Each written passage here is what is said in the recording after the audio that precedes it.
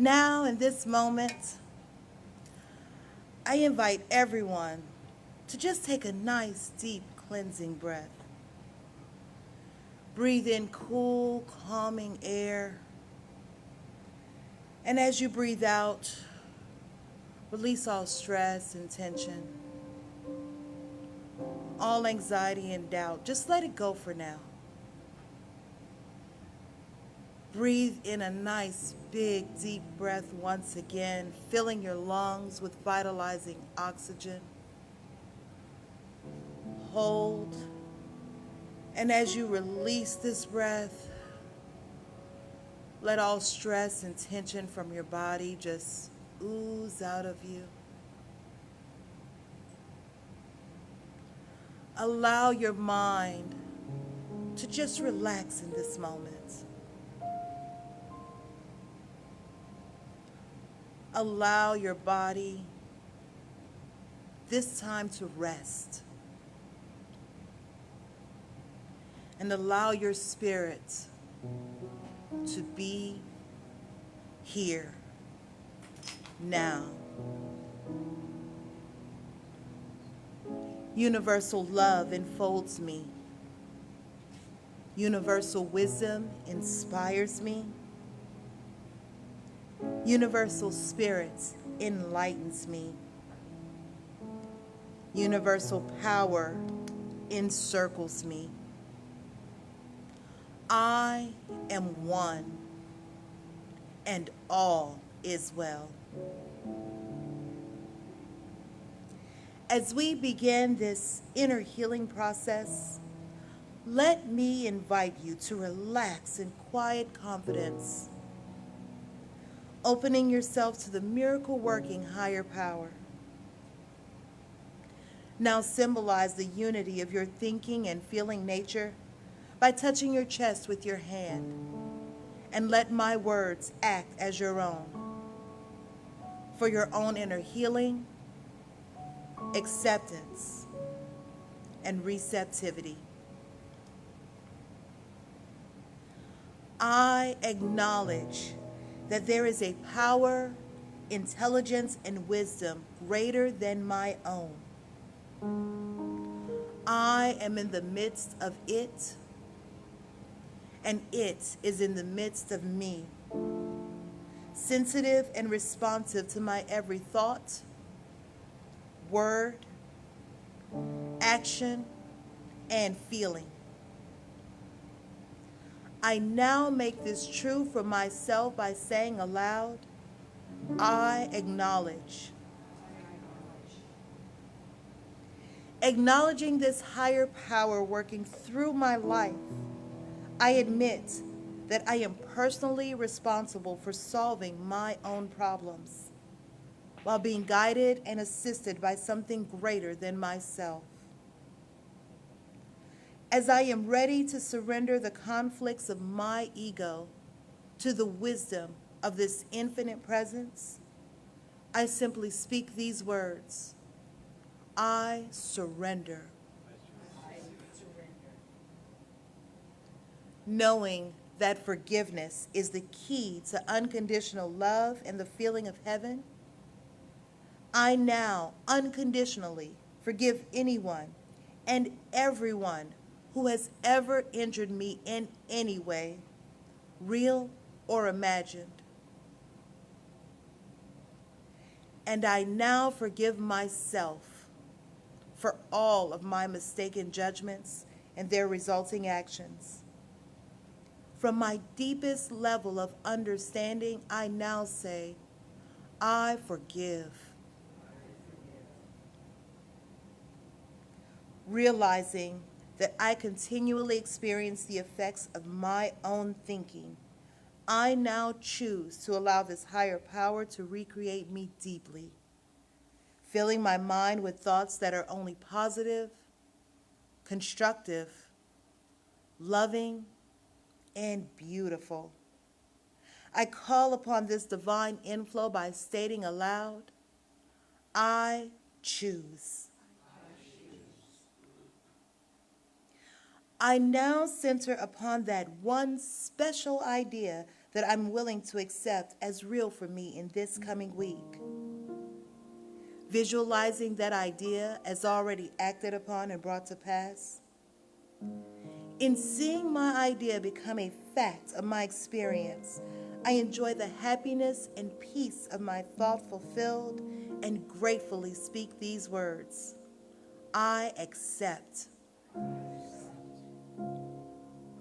Knowing that I have an everlasting place in the midst of the power that sustains all creation, as well as the support of all those around me, I allow myself to relax in the peace of fulfillment and gratitude and say, I release.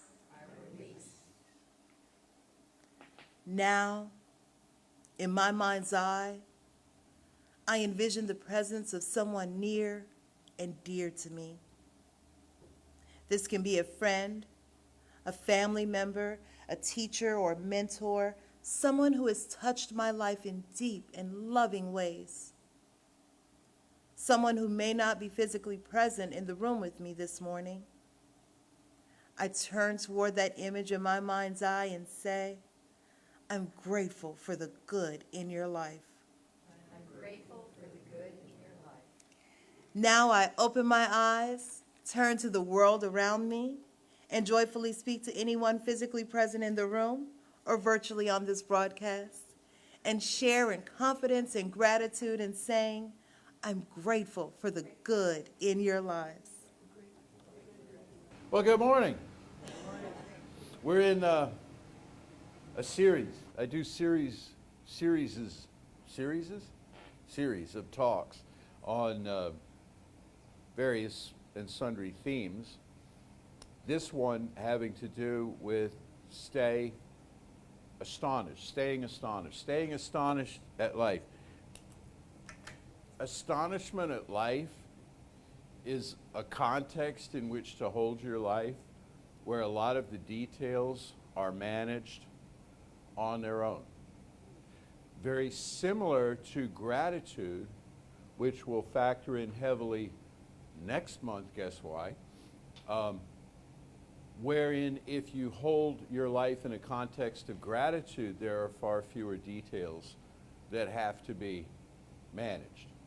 If you're grateful for whatever shows up, you don't have to be quite as wrought up over what shows up and when it shows up and in what form. And when you stay in a sense of astonishment at life, you don't have to create synthetic avenues, as often anyway, to provide you with that astonishment. In other words, you don't have to go sit through a movie. Movies are wonderful, but you don't have to go sit through a movie to get an inspiring vision of life. You have an inspiring vision of life that you carry into the experiences that you're undertaking.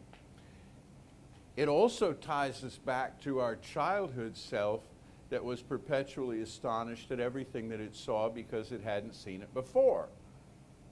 When we've seen things multiple times, experienced things multiple times, we put together stories about them and we tell the stories to ourselves while the experience is playing itself out in front of us. In a way like, for example, if you know somebody who has a personality that you've come to really understand, and you expect them to behave consistent with that personality, they come up to you and you start talking and you're not hearing what they're saying. You're listening to your explanation of their personality in your mind. And only if they use keywords like money or food or sex or something like this, do you sort of, what? What was that again? You know, the building is on fire, something like that. Then, you know, you kind of, but if it's just like normal conversational stuff, you're not present with it. You want to move things along. We develop cliff notes, mental and emotional cliff notes to life, thinking that this is clever and this will save us time in the long run. It saves us time, but it costs us feeling. It costs us feeling. So in this series on staying astonished. Today we come to the idea of protecting your magic. I had never heard that expression until I did. And then it was a meme, and it was right at the start of the pandemic, and there was a meme out there, and people were graffitiing it on buildings and things about protecting your magic. And it struck me really cool. I liked it very much, and I thought at some point I want to do something with that. So what I did to prepare for today was Google the heck out of protect, because I didn't want to get up here and have it have some kind of really gnarly sub-meaning that you all know about that I don't. This is part of the internet travail that you go through, and everybody's, I can't believe he's talking about that.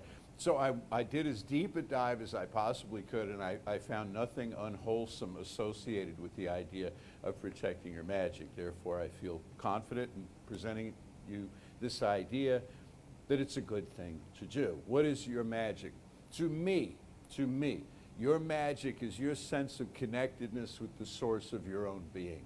It is basically your spiritual life. It's your spiritual program, and it's what you get out of your spiritual program. And it's what you put into your spiritual program. And you want to protect that thin live wire. You want to protect that connection. From what? From the rain, from the elements. You know, you want to protect it from the story of the world that says we're in trouble and there's bigger trouble coming. You want to protect your magic from that idea. We are in trouble. We are in trouble in the world on a number of fronts. But having that get into our sense of connectedness with our source and mingle with that will not help the trouble in the world and will only further weaken us. There has to be a place, in other words, where we can go, where we know that everything's all right, and it always has been, and it always will be. And that's where we go in our spiritual life. Then we're empowered in our material life to go out into the world and make changes and turn that trouble around and bring peace to war and bring a healing to the earth and to human society and to bring friendship and kindness and all the good things into daily experience, because we have gone to a place where those things have never not been the case. Double negative there, but those things have never not been the case, or those things have always been the case. There is a place, I will say this relentlessly until you beg me to stop. There is a place where nothing has ever been wrong. And when I say that, people are like, well, take me there. Well, you're already there. It's a dimension of consciousness. It's not obviously a physical location, the place where nothing has been wrong. Because I tell you what, if there were a physical location where nothing has ever been wrong, everybody would move there and the prices would go up. Right? And then it would be this private little enclave of people who bought in at the good time. And no, it's better than that. It's available to every living thing, and it's a dimension of consciousness. Place where nothing has ever been wrong, and this is where we go. How do we go there? How do we protect our magic by going there? We go there regularly. We go there regularly. And this is another thing that I will say relentlessly till you beg me to stop, is that you've got to have a spiritual program. You've got to have a spiritual practice to really fully access all the good that life has in store. It's not in a book. It's not in a talk. It's not in a song, a poem, a piece of art, even a whole show. You know, it's not contained in any one vessel that you can experience it by one time. It's not a vaccination. It's not even a series of vaccinations or an annual vaccination or what have you. It is something that requires commitment. You have to go to this place where nothing has ever been wrong every single day, no matter what. No exceptions. I was reading something by Jack Canfield who was with Mark Victor Hansen. They wrote the Chicken Soup for the Soul series that sold a gazillion copies of Chicken Soup for this and that and the other thing. And one of his definitions of success is 100% commitment, where there is no time off, where no exceptions are made. That you do this. So obviously it can't be something that is so physically involved that you couldn't not do it if somebody needed your help and you had to go be with them. There was trouble, you were sick, you were tired, you were sick and tired. It has to be something that you can do without a lot of physical exertion if you're going to commit to it 100%. So people say, well, I'm going to go exercise absolutely every single day forever. You're probably not, because there's going to be bad weather, or something's going to get in the way of that. What can you do every single day without fail? You can change your mind.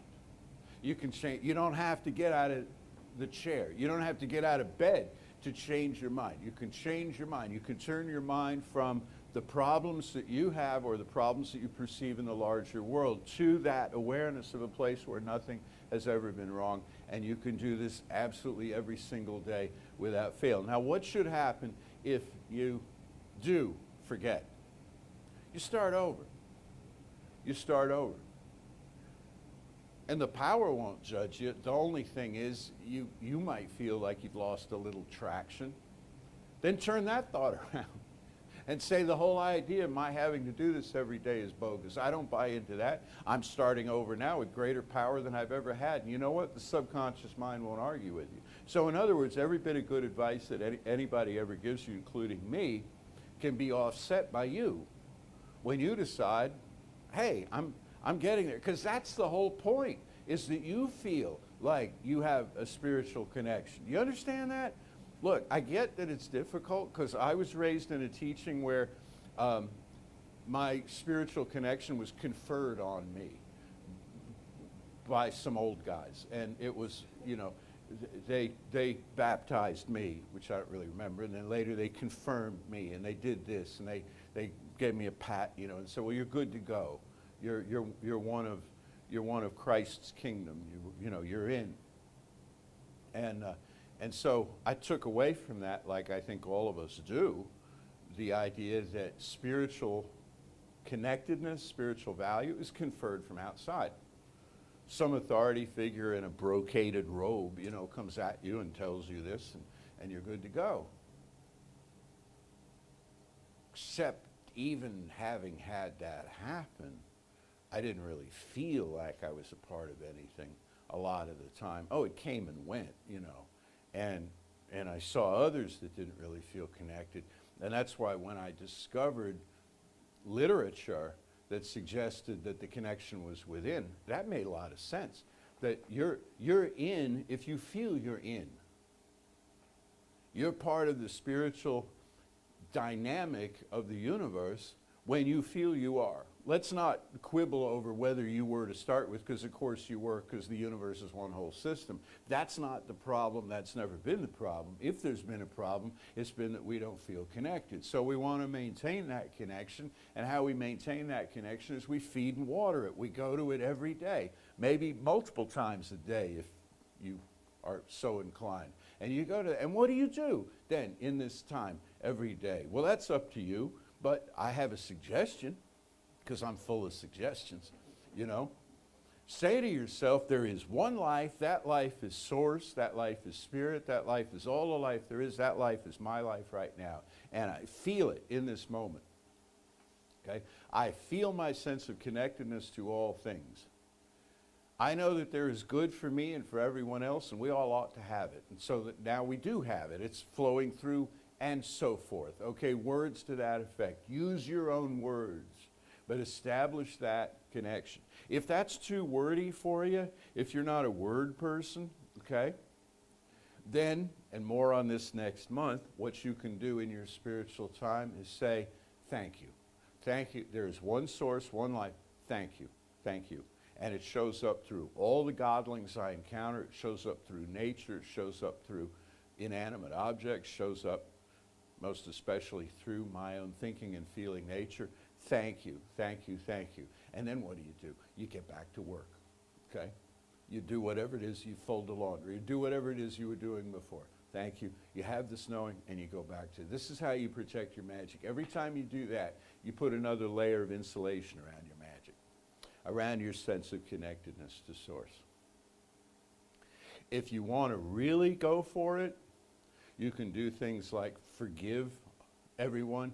You can do basically what Danielle read to you, okay? In that inner healing process, you can forgive, and you can let go, and you can release, and you can do this and that, you know? You can let go of regret. You can let go of resentment. You can chip away at it. If you can't let it go all in one fell swoop, you can work at it some and say, oh, I've made so many mistakes in my life, and I have so many regrets of things I didn't do that I should have done, and things I shouldn't have done that I did do.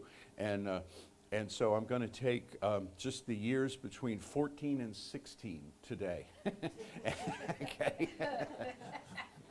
Maybe June of my 14th year, you know, right? Just take a little bit in there and just say, sorry, I was doing the best I could, knowing what I knew at the time, and had I known better, I'd have done better, and so on, you know, instead of the whole thing. This is a mistake I think a lot of people make in metaphysics. It's all or nothing when they attack the problem, okay? It takes a really long time to assemble a life full of regret and resentment. So in one moment, it could, yeah, I grant you, it could just vanish in one moment. But the person who's holding on to it is us, okay? So, I mean, if I'm not convinced it can be, you're not convinced about your inventory that it can be released that quickly, then there's nothing else to convince, see? So work at it to where you buy it. Let me put this another way. In creating affirmations, this is a big, people want to know, well, what's the right kind of affirmation to have? Well, that's impossible to say. The right kind of affirmation is the kind that moves you at the feeling nature. It's not the right kind that moves some committee at the feeling nature, or moved Ernest Holmes or whatever. It's your affirmation. It's what moves you. So if somebody affirms to themselves something and they say in their minds, well, this will never happen. Boy, that's a long shot. Well, guess what? It becomes that, not because it is that by nature, but because that's the determination that's been made by the self. So what you want to do is break the thing down into manageable pieces that you can accept. Could today be a little bit better than yesterday? Could you have an easier time of it? Could you have a little more excitement? Could you have a little more passion, a little more compassion, a little more love, a little more kindness, a little more of this in your life today? Can you buy that? Can you believe that? Can you wrap your mind around that? Which part of that can you? You go, okay, that's sensible. Yeah, that makes sense. When you were this tall, people said to you, let bygones be bygones, right? Whose family did not have that, like, inscribed over the door? Let bygones be bygones. And we think, wow, that's a trite saying, that's blithe, and it's this and it's that. That's a high and holy spiritual comment right there. Let bygones be bygones. Let the dead past bury its dead. That's biblical. It's the same thing. It says the same thing. Let bygones be bygones. Let it go by. Let it go by. Resentment, regret, let it go by. Again, this is how you build your magic. And this is how you show up at places as somebody who's holding the high watch. That's an Emma Curtis Hopkins expression. It's also biblical, but she popularized it. Keeping the high watch.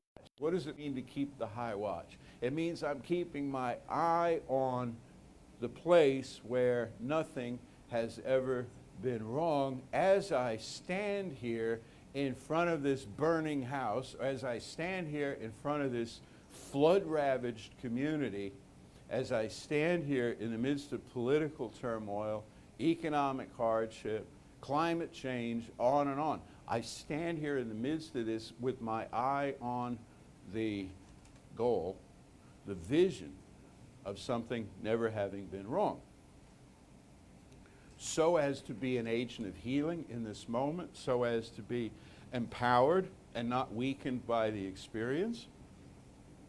And why this is logical and not just fantastic, you know, not just this kind of cartoon sort of world, but why this is logical is if we didn't have connection to a place where nothing has ever been wrong, we wouldn't know that what's happening right now is wrong.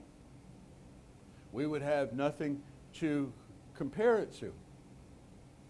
I am naive enough to believe that when we were little kids and we were taught to get along in the sandbox and not just come up swinging, you know, at every little slight, when we were taught to share things, when we were taught to behave like the kids in that beautiful Jack White song,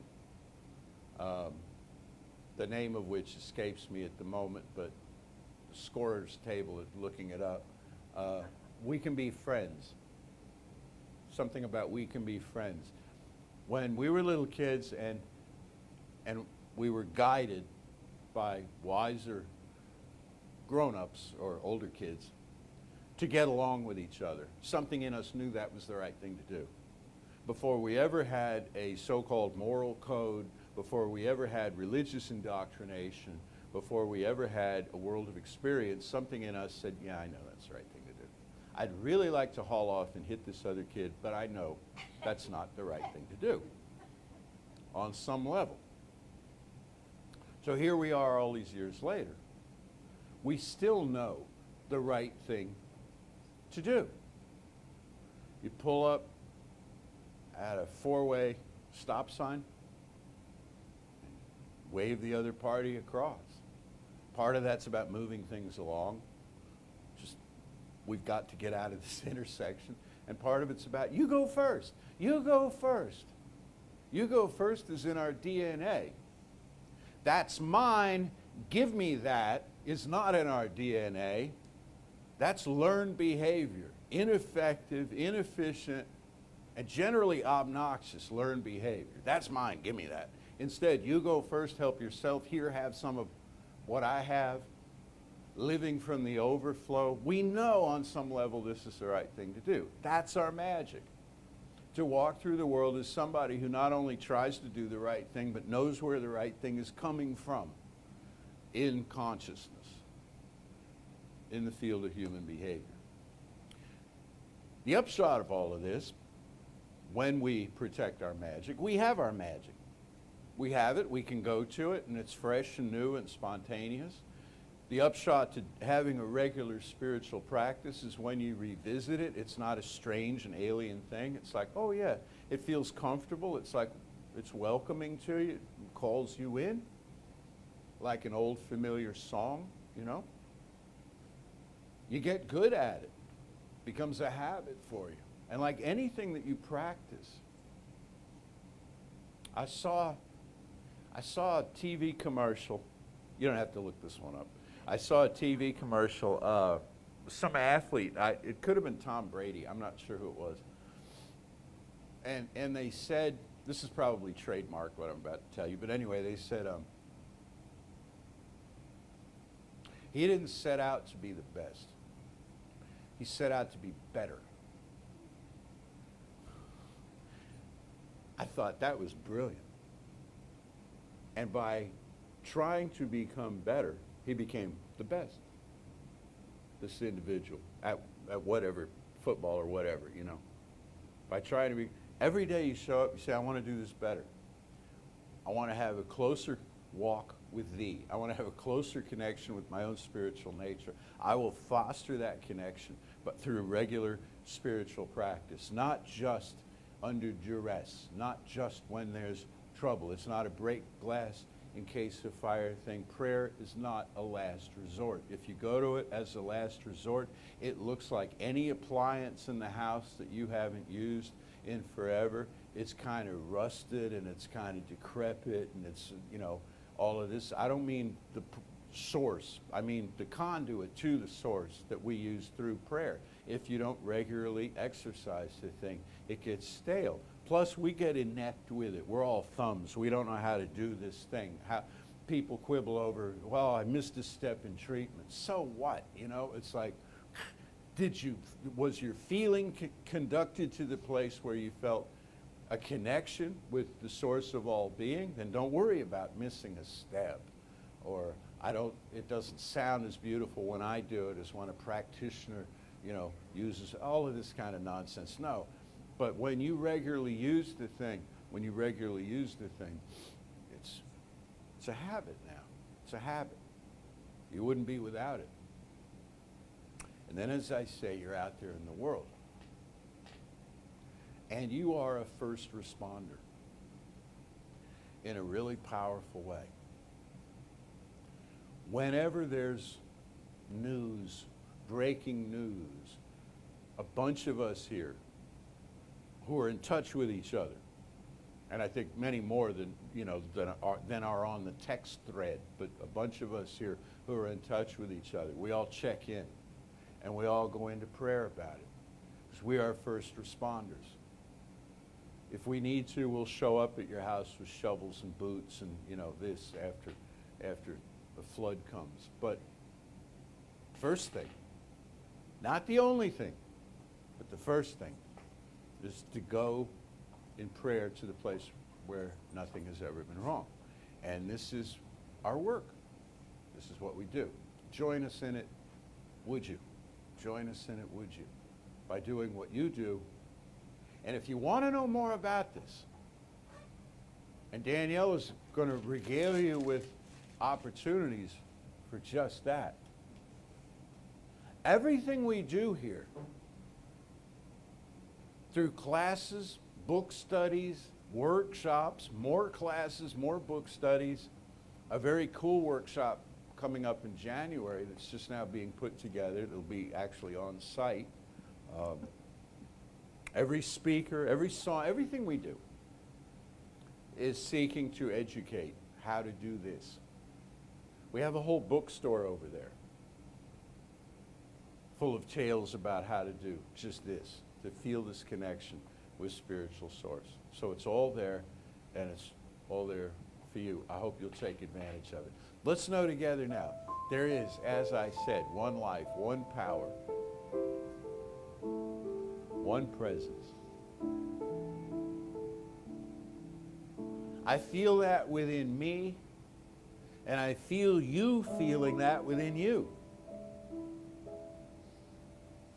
The place where nothing has ever been wrong, the source of your own being, your authenticity, which together we now hand over with humility and thanks to a power greater than we are, yet right where we are.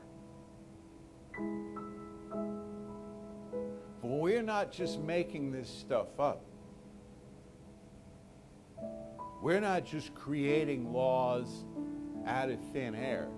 We're using something that built this world from a dream to a form.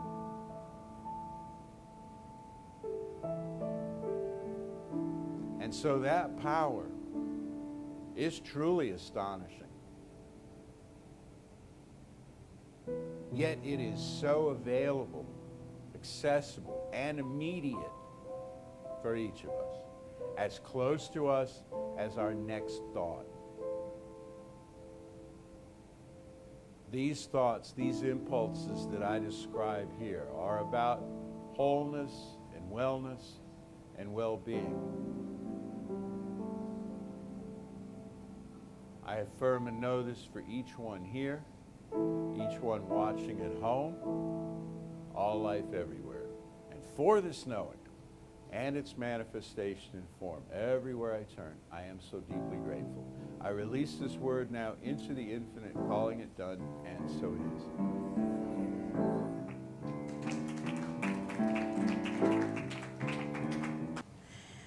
And now, I would like to thank each and every one of you once again for your presence, for your love, for your service, for your monetary donations, for everything you do and everything you give to this center. We are so grateful that we can be here to help serve you, and we are so happy that you receive this gift that we give you each and every day by gifting back to us.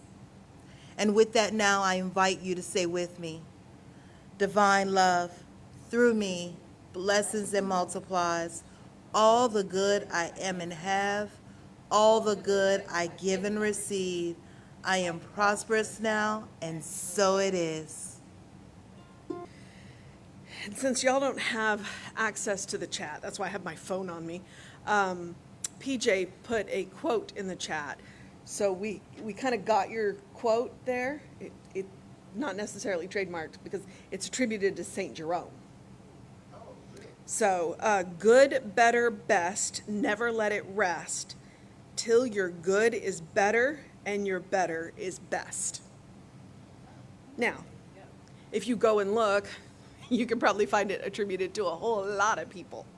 So there is that. And I don't know where my head just went. But it's fall. And tomorrow it will feel like fall for a couple of days. And then we'll see what it is. So as I release you out into this nice,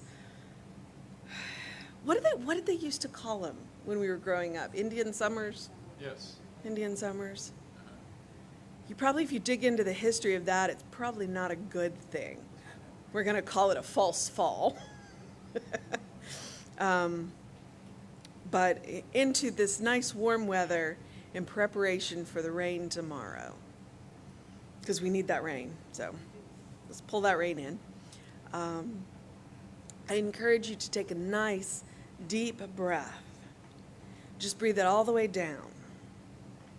And as you relax and release the breath, I encourage you into the manner of fall.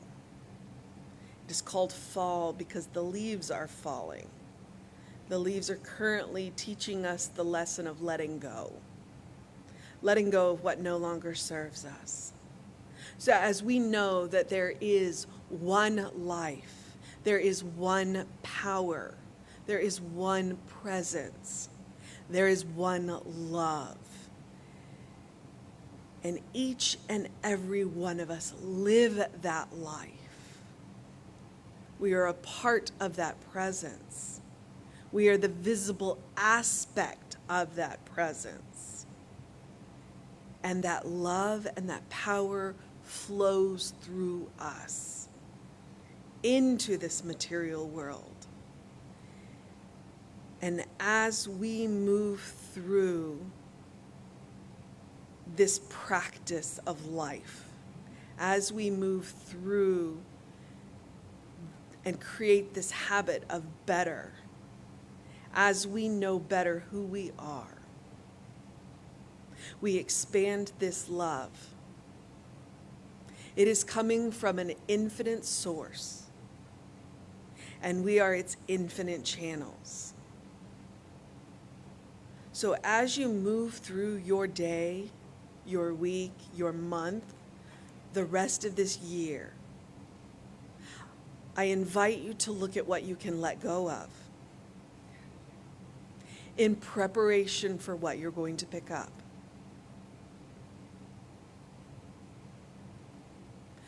Know who you are.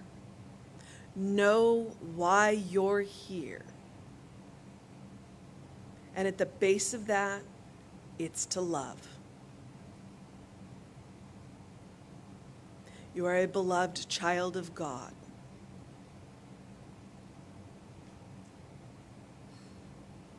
Speak your name into the love and hear it echoed back from an infinite number of hearts. And I relax into this knowing in gratitude. I am grateful for this teaching that teaches me who I am. I am grateful for this place where this teaching is practiced, where this teaching is better and better and better. I am grateful for our ministers. I am grateful for our practitioners. I am grateful for our musicians. I am grateful for our tech. I am grateful for each and every one of you who hear this message, who embody this teaching and carry it out into the world. If not in words, in action.